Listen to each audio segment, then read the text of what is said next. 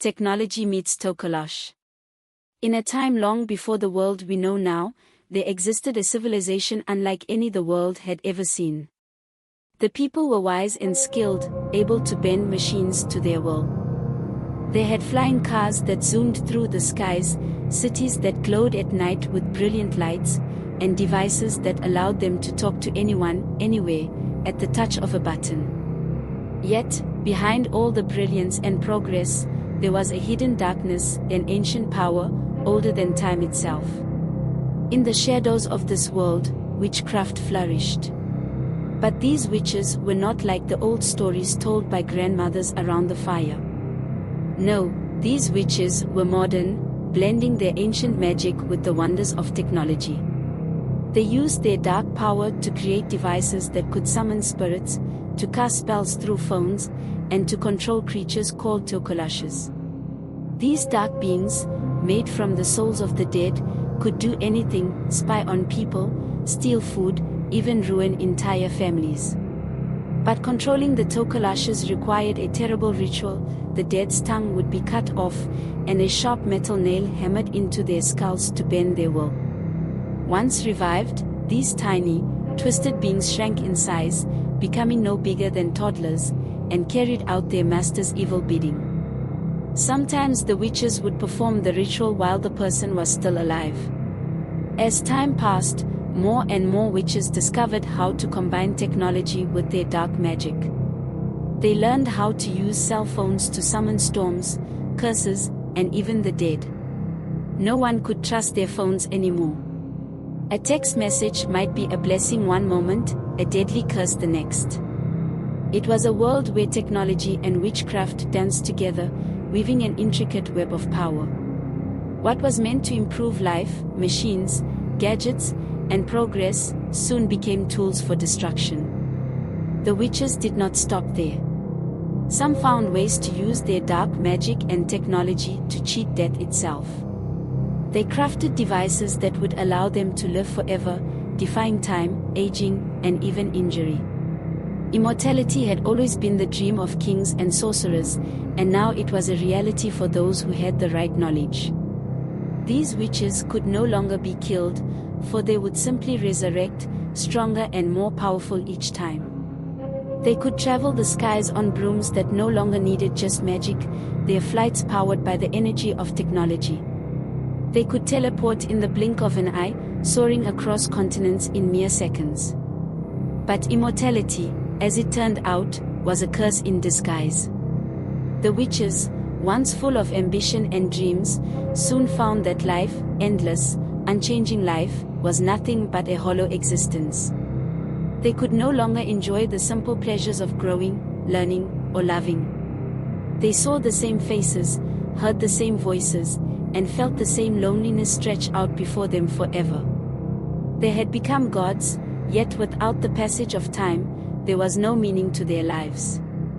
And so, they turned to destruction. They began to tear apart the world they had helped create. They sent storms to ravage cities, earthquakes to swallow the land, and fires to burn away the forests. The Tokalashes, once controlled and used for petty mischief, were unleashed in full force. These creatures, small and malicious, would sneak into homes, steal food, and sow fear wherever they went. Their eyes glowed with a dark hunger, and they were unstoppable. The world that had once thrived now began to die. The cities fell into ruin, and the people, terrified of the witches and the Tokalashes, fled into hiding. There was no safe place anymore. Even the machines that had once brought joy and ease to life now lay abandoned and broken. The witches, with their dark magic and endless lives, had become the bringers of the end. But there was still hope. A small group of people, who had never fully embraced the merging of magic and technology, survived. They had learned to live without the comforts of machines, without the influence of witchcraft. These survivors retreated to the wilderness, where technology could not reach them. They learned to live off the land, to listen to the sounds of the earth, to read the stars. They lived simply, guided by the wisdom of the ancients.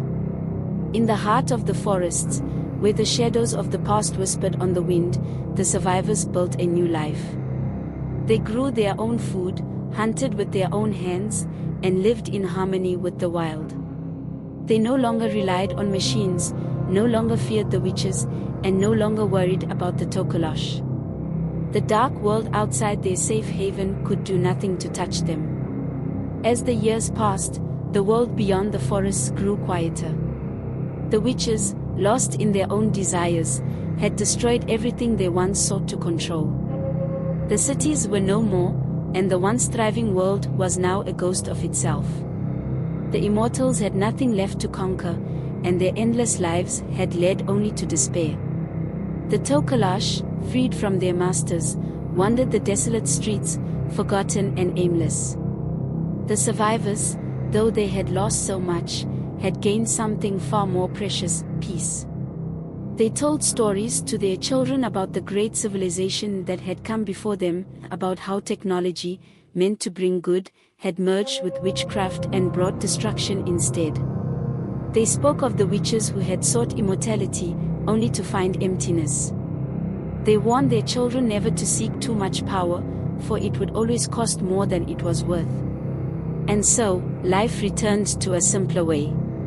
The survivors lived in the wild, watching the seasons change, learning to survive without the machines they had once thought so essential. They knew that they had been lucky to escape the madness. They knew that the world could never return to what it once was, but they were content with their quiet lives. The world had destroyed itself, but from the ashes, a new beginning had emerged, one free from the dangers of unchecked power, where magic and technology no longer walked hand in hand, but where the earth and the stars still whispered their ancient wisdom.